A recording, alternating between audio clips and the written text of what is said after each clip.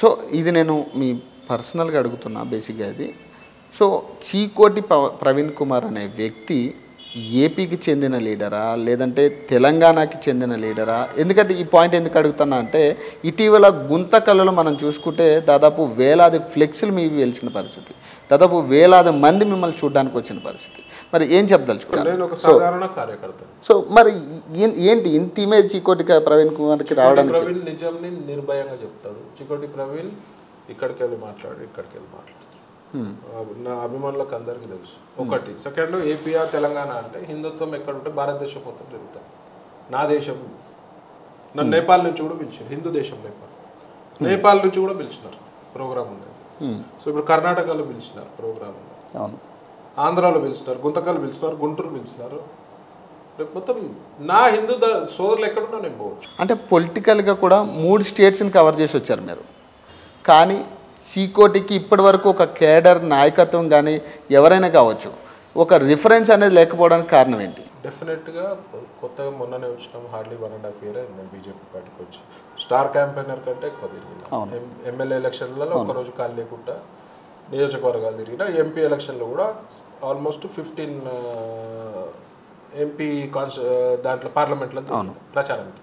So ఇప్పుడు నన్ను 2 states ప్రజలు ఆదరిస్తున్నారు, వాడుకుంటున్నారు. సరైన సమయం డెఫినెట్గా నా పార్టీ నన్ను గుర్తించింది ఆల్రెడీ. సమయం కోసం వెయిట్ చేస్తుంది.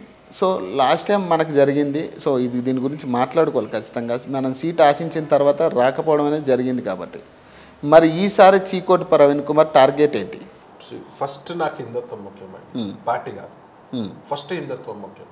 సెకండ్, నా పార్టీని ఇక్కడ తెలంగాణలో ఒకసారి పవర్లోకి తీసుకొచ్చే ప్రయత్నంలో నాది ఒక కీలకమైన పార్టీ. మరి బీజేపీ ఇక్కడ తెలంగాణలో వచ్చే ఛాన్స్ ఉందా? 100% ప్రజలు విసిగిపోయినారు. 1.5 yearలోనే ప్రజలు కాంగ్రెస్ తోటి విసిగిపోయినారు. 10 ఏళ్ళు బీఆర్ఎస్ ప్రజల్ని వేధించి పీడించి రక్తం దాగినారు బీఆర్ఎస్. సో ఇప్పుడు వేరే ఆప్షన్ కనబడుతుంది ప్రజలకు, బీజేపీ తప్పితే వేరే ఆప్షన్ కనబడుతుంది. సో ఈ బీసీ రిజర్వేషన్కి సంబంధించి కామారెడ్డి డిక్లరేషన్కి సంబంధించి 42% రిజర్వేషన్కి ఆల్రెడీ ఆమోదం జరిగింది ఇక్కడ. కానీ ఇప్పుడు అప్ టు కేంద్ర ప్రభుత్వం అండర్లో ఉంది. 80% కేంద్ర ప్రభుత్వం దీని మీద రియాక్ట్ అవ్వాలి. మరి ఎట్లా ఉంటుంది? కేంద్ర ప్రభుత్వం రియాక్ట్ అవుతుందా? కాంగ్రెస్ అనేది జీవితంలో మర్చిపోడు. కాంగ్రెస్ ఒక 20 ఏళ్ళ ఫ్యూచర్ అయితే లేదు కాంగ్రెస్కి. అంటే ఒక బీసీ ముఖ్యమంత్రి అని నినాదంతో వచ్చిన బీజేపీ సిఎల్పి లీడర్ను కూడా బీసీని పెట్టలేదు అనేది ఒక చర్చ ఉంది. దానికి ఏం సంబంధం ఉండదు. బీసీలకు ఎప్పుడు కూడా బీజేపీ పార్టీ ప్రయారిటీ ఇస్తుంది. లేకపోతే ఎవరు సాహసం చేయని నిర్ణయం మేము తీసుకున్నాం కదా బీసీ ముఖ్యమంత్రి. సరే అది ప్రజలకు ఎక్కింది ఎక్కలేదా సెకండరీ. ఈ దొంగ హామీలు, కాంగ్రెస్ దొంగ హామీలు, మాయమాటలు, రేవంత్ రెడ్డి మాయమాటలు నమ్మి ఇవాళ నెత్తి మీద శటకోపం పెట్టుకోరు ప్రజలు. ఇలా దానికి అనుభవిస్తున్నాం, ప్రజలందరూ అనుభవిస్తున్నాం, మేమందరూ కూడా అనుభవిస్తున్నాం. ఏంది వీళ్ళని ఎందుకు పవర్లో తెచ్చిరని ప్రతి ఒక్కరు తిడుతున్నాం. ఇవాళ వాళ్ళ హామీలు, వాళ్ళ ఏషాలు, వాళ్ళ కథ అన్నీ చూస్తున్నారు. ఏమంటే గత ప్రభుత్వం మీద నిందలు వేసుకుంటా కవర్ చేయడానికి ప్రయత్నం చేస్తారు. కానీ గత ప్రభుత్వం చేసిన తప్పులని, ఈ ప్రభుత్వం చేసే తప్పులని ప్రజలందరూ గమనిస్తారు. డబుల్ ఇంజన్ సర్కార్ వస్తేనే తెలంగాణ రాష్ట్రం బాగుపడుతుంది. ఎందుకంటే మీదికి వెళ్ళి ఫండ్స్ తెచ్చుకోవాలన్నా ఉన్న సెంట్రల్లో మా మోదీ గారికి తిరుగులేదు, బీజేపీకి తిరుగులేదు. ఇప్పుడు ప్రజలు ఇక్కడ రియలైజ్ అవుతున్నారు. డెఫినెట్గా ఒకసారి బీజేపీకి అవకాశం ఇవ్వాలని మాత్రం డెఫినెట్గా. ఇప్పుడు మొన్న అసెంబ్లీ సమావేశం ప్రకారం మనం మాట్లాడుకుంటే సీఎం రేవంత్ రెడ్డి మాట్లాడుతూ జర్నలిస్టుల మీద కావచ్చు, ఆయన వాడిన భాష అనేది ప్రధానంగా ఏ జర్నలిస్ట్ అయినా అవ్వచ్చు, ఎవరైనా కావచ్చు, అది పెయిడ్ అవ్వచ్చు, ఎవరైనా కానీ గుడ్లోడి తీస్తంతా ఈ అంశం అనేది మాట్లాడడం అని మీ స్టాండ్ ఏంటి? మీరేం చెప్తారు దీనికి సంబంధించి? అది గత ప్రభుత్వము సేమ్, వాళ్ళు వీళ్ళు అంతా ఒకటే, కాంగ్రెస్ వాళ్ళు బీఆర్ఎస్ వాళ్ళు ఒకటే. ఇప్పుడు ఒక మీడియా లేనిది మరి రేవంత్ రెడ్డి స్టార్ ఎట్లయిందో మరి నాకు అదే అడుగుతుంది. యూట్యూబ్ ఎలా నిజాలని కరెక్ట్ చూపించే ఛానళ్ళు చాలా ఉన్నాయి. యూట్యూబ్ ఛానల్స్ నిర్భయంగా. అవును, ఈ శాటిలైట్ ఛానళ్ళని ప్రభుత్వం కొంచెం శాసిస్తుంది, కానీ యూట్యూబ్ ఛానళ్ళని శాసించలేదు. ఎందుకంటే యూట్యూబ్ నిజాయితీగా పనిచేసే 70% 80% ఛానల్. నిజాన్ని నేను హిందుత్వంలో పాయింట్లో తీసుకుంటే గజ్వెల్లో కేసీఆర్ సీఎం ఉన్నప్పుడు ఏ శాటిలైట్ ఛానల్ సరిగ్గా చూపించలేదు. ఎందుకంటే యాడ్స్ భయ అనుకో, ఇక అందరికి తెలుసు, నేను ఓపెన్గా మాట్లాడతాను. ప్రభుత్వానికి భయపడి చూపించలే. యూట్యూబ్ ఛానల్ చూపించినాయి, ప్రజలలో హిందుత్వంపై ఎట్లా దాడి జరిగిందో చూపించినాయి. అట్లా చాలా సంఘటనలు యూట్యూబ్లో జరిగినాయి. ఇప్పుడు నువ్వు ఎట్లా హీరో అయినావు? ఒకప్పుడు శాటిలైట్ ఛానల్స్ కంటే ఎక్కువ యూట్యూబ్ నుంచి నువ్వు ఫేమస్ అయ్యాను. ఇవాళ ఏదో తెప్ప వాడుకొని నది దాటంగానే తగలబెట్టే రకం రేవంత్ రెడ్డి. ఆయన అన్నాడు కదా యూట్యూబ్ ఛానల్ వల్ల మేము అధికారంలోకి వచ్చామని ఆయన చెప్పాడు. ఎందుకు మర్చిపోయినావు? ఇవాళ ఎందుకు మర్చిపోయాను? ఏదో ఒక ఛానల్ తప్పు చేస్తే అందరు అనవద్దు కదా. ఇవాళ మీ దాంట్లో ఎంత స్కామ్ స్టార్లు ఉన్నారు, మరి మీ కాంగ్రెస్ పార్టీలో ఎంత పెద్ద స్కామ్ స్టార్లు ఉన్నారు, మరి ఇలా మీరు అధికారంలో కబ్జాలు జరుగుతున్నాయి కదా. కబ్జాలు, సెటిల్మెంట్లు, కమిషన్ రాజకీయాలు, విపరీతంగా కమిషన్ రాజకీయాలు. ఒక గవర్నమెంట్ ఎంప్లాయీ రిటైర్మెంట్ అయినాక రిటైర్మెంట్ వచ్చే బెనిఫిట్స్కి కమిషన్ ఇచ్చే పరిస్థితి. అవును. ఒకరు పిఎఫ్లు అవి ఉంటాయి, లోన్ కావాలి, వాళ్ళ బిడ్డ పెళ్ళి ఉన్నది డిపార్ట్మెంట్లో, లోన్ తీసుకోవాలంటే టక్కున రావాలి, 1 డేలో రావాలి. ఆ లోన్ రిలీజ్ చేయాలంటే కమిషన్లో అడుగుతుంది. అంటే ఇవాళ గవర్నమెంట్ మీకు సిగ్గు, శరం, లజ్జ, నీతి నిజాయితీతో ఒక సర్వే పెట్టండి, మీ ప్రభుత్వ పరిస్థితి ఏందో తెలుస్తుంది. తెలియకుండా ఉన్న అనుకోవచ్చు, అంటే బేసిక్గా తెలియకుండా ఉండదు కదా. తెలియకుంటుండగా ఇక 3.5 ఏళ్ళు ఉన్నది అని అనుకుంటారు, ఎంత అయితే అంత దోసుకుందాం అనుకుంటారు. కానీ ఒకవేళ దోసుకుంటే వచ్చే ప్రభుత్వం మాది వస్తుంది, ఒక్కొక్కరిది మాత్రం తాటలు తీస్తుంది. అంటే బేసిక్గా బీజేపీ అధ్యక్షుడు పదవి గురించి చాలా చర్చ జరుగుతుంది కొంతకాలంగా. పలానా వాళ్ళు రకరకాల కొంతమంది ఆశావాహులు కూడా చాలామంది బయటకు వచ్చి ఓపెన్గా మాట్లాడిన వాళ్ళు కూడా ఉన్నారు. మీ స్టాండ్ మీరేం చెప్పదలుచుకున్నారు? బీజేపీ అధ్యక్షులు ఎవరు అవుతారు? నేను ఎవరైతారు అనుకోరు, ఎవరైనా మా అధిష్టానానికి నిర్ణయం కట్టుబడి ఉంటాం. అధిష్టానం తెలుసు ఎవరికి ఇస్తే పార్టీ ఇంకా బాగా జరుగుతుంది, ఇంకా అభివృద్ధి జరుగుతుందో. కార్యకర్తలకి నేను ఒకటే కోరుకుంటా, కార్యకర్తలకు అందుబాటులో నాయకుడు రావాలి మాకు. చిన్న కార్యకర్తకు కూడా, ఎందుకంటే బీజేపీ కార్యకర్తలు చాలా స్ట్రాంగ్. మందుకి, బిర్యానీ పొట్లాలకి, డబ్బులకి ఆశపడే కార్యకర్తలు కాదు, హార్డ్ కోర్ హిందుత్వం కలిగిన కార్యకర్తనే ఉంటారు బీజేపీ. సో డెఫినెట్గా ఒక కార్యకర్త కష్టాలు సుఖాలు తెలుసుకునే నాయకుడు కావాలి. వాడు ఎట్లయినా మా అధిష్టానం అట్లాంటి నాయకుడిని అనుకుంటుంది, ఎవరు వచ్చినా కూడా మేము పనిచేస్తాం. అదే ఇటీవల రాజాసింగ్ గారు కూడా కొన్ని కామెంట్ చేశారు కదా, పర్సనల్ ఎవరు ఎట్లా మాట్లాడితే మనకే ఉంది. మేము ఇప్పుడు హ్యాపీగా ముందుకు అభివృద్ధి జరుగుతుంది, బీజేపీని ప్రజలు ఆదరిస్తున్నారు, బీజేపీని ముందరకు తీసుకెళ్లే ప్రయత్నం. నెక్స్ట్ ఎలక్షన్లో బీజేపీ ఈ రాష్ట్రం మొత్తం కాషామయంగా అవుతుంది.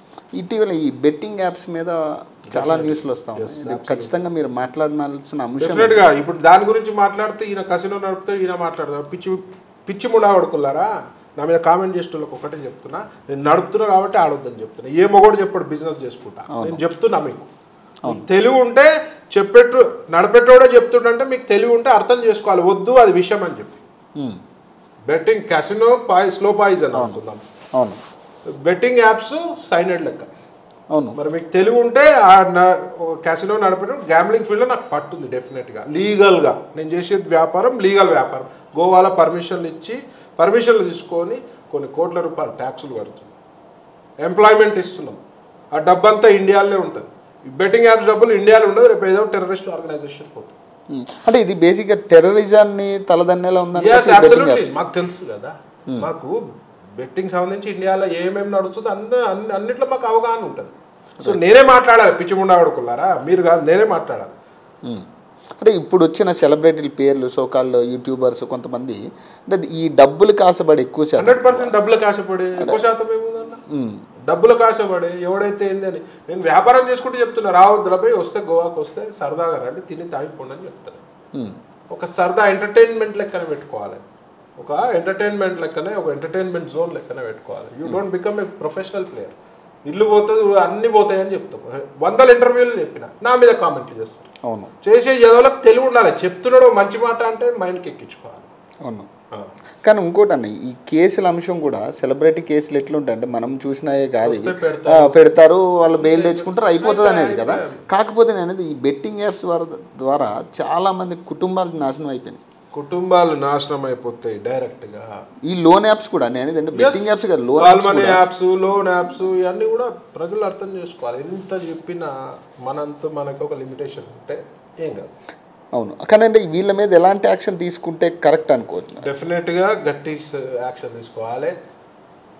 ప్రమోట్ చేసిన వాళ్ళపై తీసుకోవాలి. ప్రమోట్ చేసిన వాళ్ళకి డబ్బులు ఎవరు ఇస్తారు వాళ్ళని తీసుకొచ్చుకోవాలి. యాప్లో ఎవరు నడుపుతారు వాళ్ళని తీసుకొచ్చుకోవాలి. ఆడేటోని కూడా తీసుకొచ్చి లోపలేస్తే అన్ని వ్యవస్థ కొంచెం కరెక్ట్ అవుతుంది. ప్లస్ దీని అందరికి కాకుండా దీనికి ఒక సపరేట్ డిపార్ట్మెంట్ పెట్టి దీని మీద నిఘా వ్యవస్థ స్ట్రాంగ్ ఉండాలి. స్ట్రాంగ్ ఉంటే సొసైటీ బాగుంటుంది, యూత్ బాగుంటుంది. లేకపోతే మాత్రం ఒక్క రకం డ్యామేజ్ కాదు, వీడు ఫైనాన్షియల్గా డ్యామేజ్ అవుతాడు.